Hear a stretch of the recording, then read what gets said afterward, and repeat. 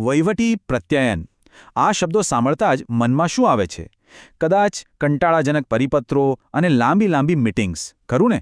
જો એવું હોય તો આજે આપણે આખી વાતને એક નવા નજરિયાથી જોવાના છીએ. કારણ કે પ્રત્યાયન એ કોઈ બોજ નથી, પણ એક શૈક્ષણિક લીડરનું સૌથી શક્તિશાળી હથિયાર છે. ચાલો જોઈએ કેવી રીતે. તો ચાલો આ એક સવાલથી જ શરૂઆત કરીએ. એક શૈક્ષણિક અધિકારી, માની લો કે ડીઈઓ કે ડીપીઈઓ, એમની પાસેનું સૌથી પાવરફુલ ટૂલ કયું છે? શું એ એમની સત્તા છે કે પછી નિયમોનો ડર? શું લાગે છે? મોટાભાગના લોકોના મનમાં આ જ જવાબ આવશે: નિયમો અને સત્તા. કાયદાનો ડર બતાવીને કામ કરાવવાની શક્તિ. પણ એક મિનિટ માટે વિચારો, શું આ જવાબ સાચો છે? શું માત્ર સત્તાના જોરે શિક્ષણમાં સાચું પરિવર્તન લાવી શકાય? ના, બિલકુલ નહીં. એક નાની કલ્પના કરો. સરકારે એનઈપી 2020 જેવી એક ક્રાંતિકારી પોલિસી બનાવી, પણ જો એ પોલિસીનો સાચો અર્થ અને એનો જુસ્સો છેવાડાના શિક્ષક સુધી પહોંચે જ નહીં તો એ પોલિસી ખાલી કાગળ પર જ રહી જાય.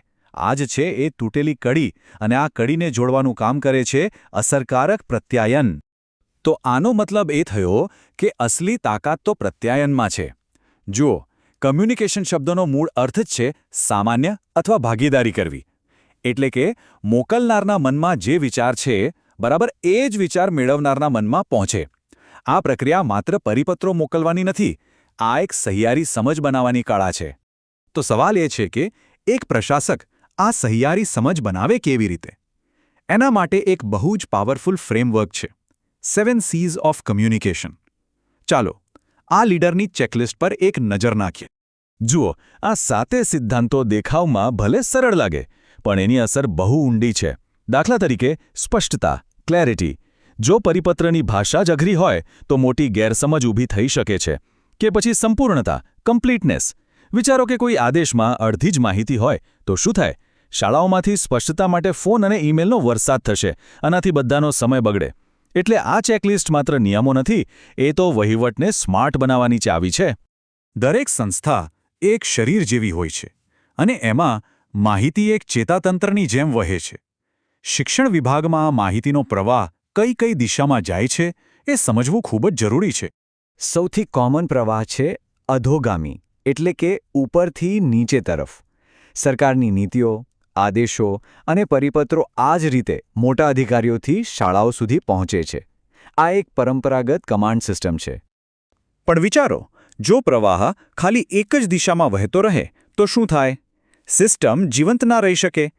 એટલા માટે ઉર્ધ્વગામી પ્રવાહ, એટલે કે નીચેથી ઉપર તરફનો પ્રવાહ ખૂબ જ જરૂરી છે. જ્યારે શિક્ષકોના સૂચનો, એમની તકલીફો, એમનો ફીડબેક ઉપર સુધી પહોંચે છે ને, ત્યારે જ સિસ્ટમ ખરા અર્થમાં પ્રતિભાવશીલ બને છે. આ વાક્ય પર જરા ધ્યાન આપીએ. એ કહે છે કે ઉર્ધ્વગામી પ્રત્યાયન એ લોકશાહી વહીવટની નિશાની છે. કેમ? કારણ કે એ બતાવે છે કે સિસ્ટમ ખાલી હુકમ નથી કરતી, એ સાંભળે પણ છે. એ શિક્ષકોને માત્ર કર્મચારી નહીં, પણ એક ભાગીદાર માને છે. આ માત્ર માહિતીનો પ્રવાહ નથી, આ સન્માનનો પ્રવાહ છે. અને પછી આવે છે ત્રીજો પ્રવાહ, સમાંતર. જ્યારે ડીઈઓ અને ડીપીઓ જેવા એક જ લેવલના અધિકારીઓ એકબીજા સાથે સીધી વાત કરે છે, ત્યારે સંકલન વધે છે. આનાથી શું થાય? નિર્ણયો ફટાફટ લેવાય અને ટીમવર્ક મજબૂત બને. આ ખૂબ જ જરૂરી છે.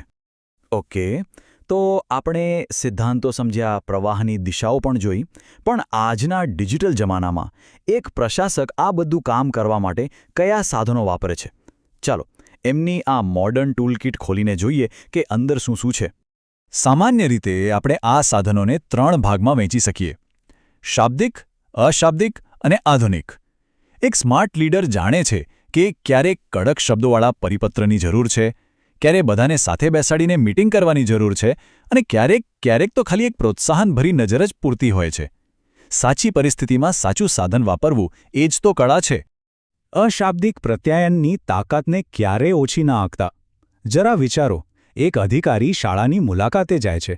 ત્યાં લાંબુ ભાષણ આપવાને બદલે એ મહેનત કરતા શિક્ષકના ખભા પર પ્રેમથી હાથ મૂકીને શાબાશી આપે છે. એ એક નાનકડો હાવભાવ હજારો શબ્દો કરતાં પણ વધારે મનોબળ વધારી શકે છે. આ છે અશાબ્દિક પ્રત્યાયનનો જાદુ. આ સ્લાઇડ આધુનિક સાધનોની આખી સફર બતાવે છે. શરૂઆત થઈ સામાન્ય ઈમેલથી, પછી બાયસેક દ્વારા હજારો શિક્ષકોને એકસાથે તાલીમ આપવાનું શક્ય બન્યું, અને હવે તો જુઓ, વિદ્યા સમીક્ષા કેન્દ્રથી રાજ્ય કક્ષાએથી સીધા કોઈપણ શિક્ષક સાથે વિડિયો કોલથી વાત થઈ શકે છે. ટેકનોલોજીએ ખરેખર અંતરને ભૂંસી નાખ્યું છે. હવે બધું એટલું સરળ પણ નથી હોતું. સારામાં સારા પ્રયત્નો પછી પણ કોમ્યુનિકેશનના રસ્તામાં અવરોધો તો આવે જ. પણ એક સ્માર્ટ પ્રશાસક આને પ્રોબ્લેમ તરીકે નહીં, પણ એક ઓબ્સ્ટેકલ કોર્સ તરીકે જુએ છે, જેને પાર કરવાનો છે. પહેલો અને સૌથી સામાન્ય અવરોધ ભાષા. જ્યારે પરિપત્રમાં અઘરા કાયદાકીય કે અંગ્રેજી શબ્દો ઠોકી દેવામાં આવે ત્યારે સંદેશો શિક્ષક સુધી પહોંચતા પહેલાં જ ગૂંચવાઈ જાય છે. ઉકેલ શું? એકદમ સિમ્પલ, સ્પષ્ટતા. એવી ભાષા વાપરો જે દરેકને સમજાય. હવે આવે છે સૌથી અગત્યનો મુદ્દો, મનોવૈજ્ઞાનિક અવરોધ.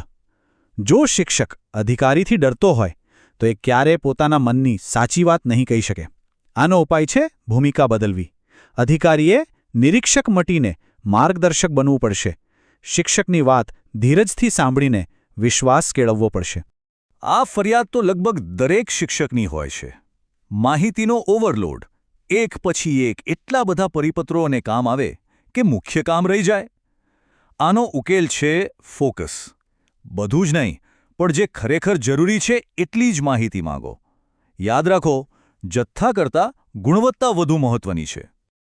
તો આ બધી ચર્ચા પછી આ બધા સિદ્ધાંતો, પ્રવાહો અને સાધનો, આ બધાનો અંતિમ હેતુ શું છે? શું ખાલી ફાઇલો આગળ વધારવી? ના, વહીવટી પ્રત્યાયનનો અંતિમ લક્ષ્ય એનાથી ઘણું મોટું છે.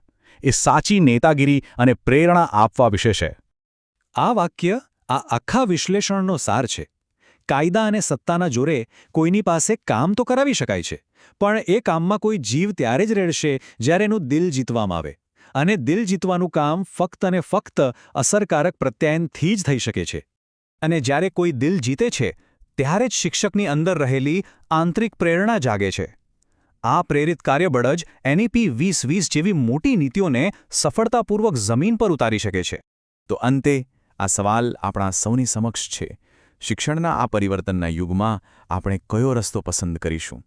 સત્તા અને આદેશનો કે પછી સહભાગિતા અને સંવાદનો? પસંદગી આપણી છે.